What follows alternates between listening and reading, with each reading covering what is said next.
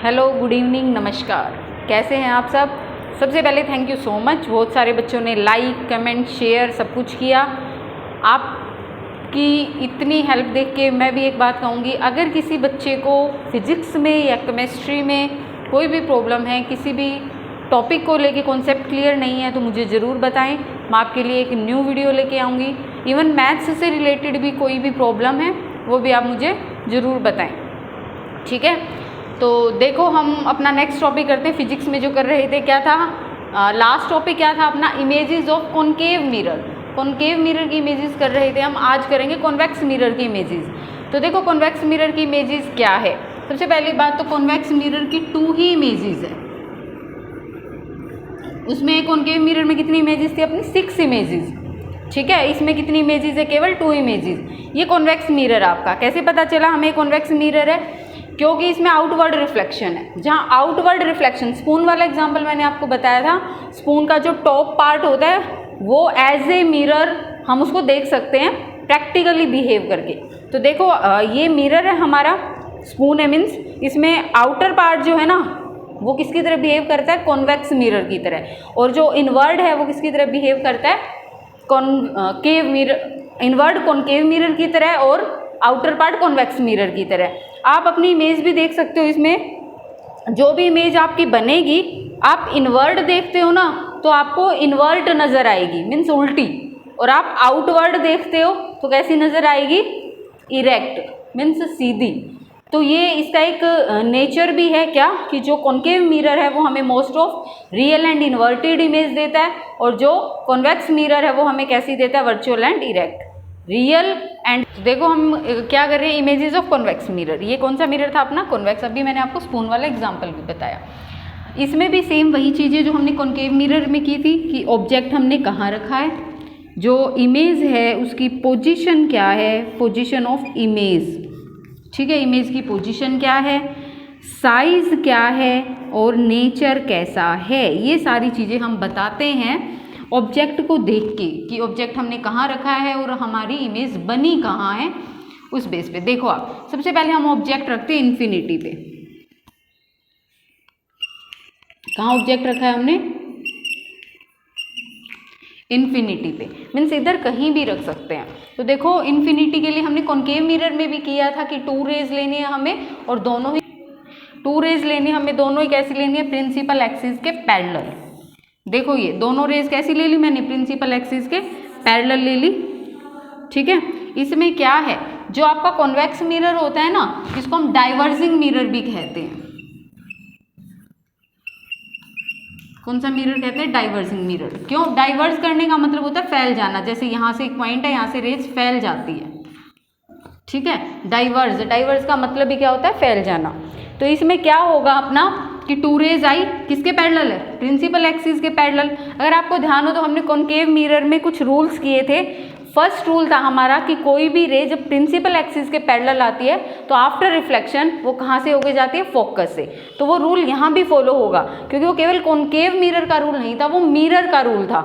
इसीलिए कॉनकेव और कॉन्वेक्स दोनों पे वो फॉलो होगा। देखो आप, तो इसमें भी यही है, दोनों रेज क्या है? प्रिंसिपल एक्सिस के पैरेलल। तो होगा क्या? पहले तो रिफ्लेक्शन ही फॉलो होगा। इसमें रिफ्लेक्शन क्या था, कि टकरा के वापस चले जाना। तो टकरा के वापस चली जाएगी दोनों रेज। लेकिन ये दोनों रेज यहाँ आके क्यों नहीं मिली? क्योंकि ये डाइवर्जिंग मिरर है। अभी मैंने आपको बताया डाइवर्स का मतलब होता है फैल जाना, वो फैला देगी रेज को, एक ही पॉइंट पे नहीं मिलेगी। एक ही पॉइंट पे मिल जाने का मतलब होता है कन्वर्जिंग, कन्वर्ज हो जाना, ठीक है, जो हमने कॉनकेव मिरर में किया था। बट हमें लगेगा क्या, कहाँ मिल रहे हैं ये? फोकस। बट हमें क्या लगेगा कि ये कहाँ मिल रही है? फोकस पे। हमें लग रहा है, एक्चुअल में नहीं मिली ये, एक्चुअल में ये फैल चुकी है, ठीक है। बट रूल तो इसमें भी फॉलो ही हो रहा है कि प्रिंसिपल एक्सिस के पैरेलल आई और बाद में मीन्स रिफ्लेक्शन के बाद कहाँ से होके गई? फोकस से, ठीक है। तो पोजीशन ऑफ इमेज कहाँ बन रही है आपकी? इमेज किस पे बन रही है? यहाँ बन रही है ना, फोकस पे। तो एट एफ मीन्स फोकस पे, ठीक है। साइज कैसा होगा? इन्फिनिटी पे आई है और बनी फोकस पे। इन्फिनिटी पे तो कितना भी बड़ा साइज था ऑब्जेक्ट का, तो उसके कंपैरिजन में इमेज का साइज कैसा होगा? पॉइंट साइज, या फिर हाईली डिमिनिश्ड भी बोल सकते हो आप, मीन्स काफ़ी ज़्यादा छोटा, ठीक है, आप कोई भी बुक देखोगे एनसीईआरटी की या और भी कोई बुक साइंस की, सब में डिमिनिस्ड ज़्यादा यूज़ किया हुआ मिलेगा आपको वर्ड। डिमिनिस्ड का मतलब छोटा ही होता है, तो हाईली डिमिनिस्ड लिखा हुआ मिल जाए, या स्मॉल साइज भी आप लिख सकते हो। अगर आपको इजी वे में लिखना है तो स्मॉल साइज भी ठीक है। और पॉइंट मतलब बिल्कुल ही छोटा, पॉइंट जितना, इसीलिए मैंने यहाँ पे पॉइंट साइज लिखा। आप हाईली डिमिनिस्ड यूज़ कर सकते हो। नेचर कैसा होगा इसका, कॉन्वेक्स मिरर कभी भी आ जाए तो आप नेचर वर्चुअल एंड डायरेक्ट ही लोगे हमेशा ही।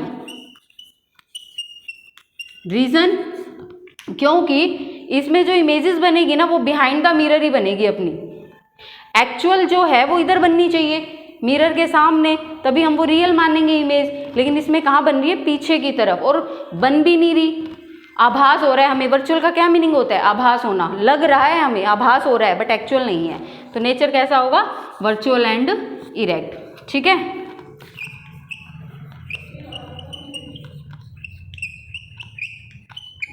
ये इसका नेचर हुआ। नेक्स्ट सेकंड जो इमेज है हमारी, इसमें हम ऑब्जेक्ट कहाँ रखेंगे, between pole and infinity, P और एफ के बीच में। देखो बच्चों, नेक्स्ट जो सेकंड इमेज है अपनी, इसमें हम जो ऑब्जेक्ट रखेंगे ना वो रखेंगे बिटवीन पी एंड इन्फिनिटी, पोल और इन्फिनिटी के बीच में। पोल ये, इन्फिनिटी इधर कहीं भी। ठीक है, तो यहाँ रख दिया, पोल और इन्फिनिटी के बीच रखा है। इसमें भी हमें वही तीनों चीज़ें बतानी है, क्या क्या, इमेज की पोजीशन,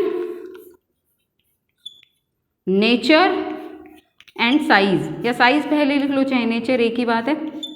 देखो साइज एंड नेचर, तो इसमें क्या है, मैंने आपको पहले कॉनकेव मिरर में भी ये चीज़ बताई थी कि हमेशा 2 रेज से ही आपको इमेजेस बनानी है, तो इसमें भी 2 रेज ही लो। पहली तो वही प्रिंसिपल एक्सिस के पैरेलल, जब भी प्रिंसिपल एक्सिस के, और ये डाइवर्जिंग मिरर है तो फैल जाएगी, टकरा के वापस चली जाएगी। बट रूल्स के अकॉर्डिंग करें तो प्रिंसिपल एक्सिस के पैरेलल कोई भी रे आती है तो हमेशा कहाँ से जाती है, वो फोकस से। हमें लग रहा है कि ये कहाँ से जा रही है, फोकस से। ये भी बिहाइंड द मिरर क्योंकि वर्चुअल है ना। सेकंड हमने पोल से ले लिया, पोल पे फॉल करवाया, पोल से ही क्या हो रही है, ये डेविएट। बट अब सेम वही चीज़, अब भी हमें ऐसा लग रहा है कि ये पीछे की तरफ जा रही है, तो यहाँ मिल रही है ना, यहाँ मिलती हुई हमें नज़र आ रही है, मिल नहीं रही, मिलती हुई नज़र आ रही है। तो कहाँ मिलती हुई नज़र आ रही है आपको, पी और एफ के बीच में।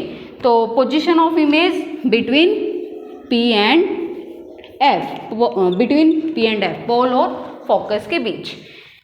साइज स्मॉल होगा, दिख ही रहा है, ये बड़ा है ना इसके कंपैरिजन में। और वैसे भी कॉन्वेक्स मिरर कहीं भी आ जाए हमेशा इसका साइज आप क्या लोगे, स्मॉल ही लोगे। ठीक है, नेचर वर्चुअल एंड इरेक्ट, कैसा नेचर होगा इसका, वर्चुअल एंड इरेक्ट।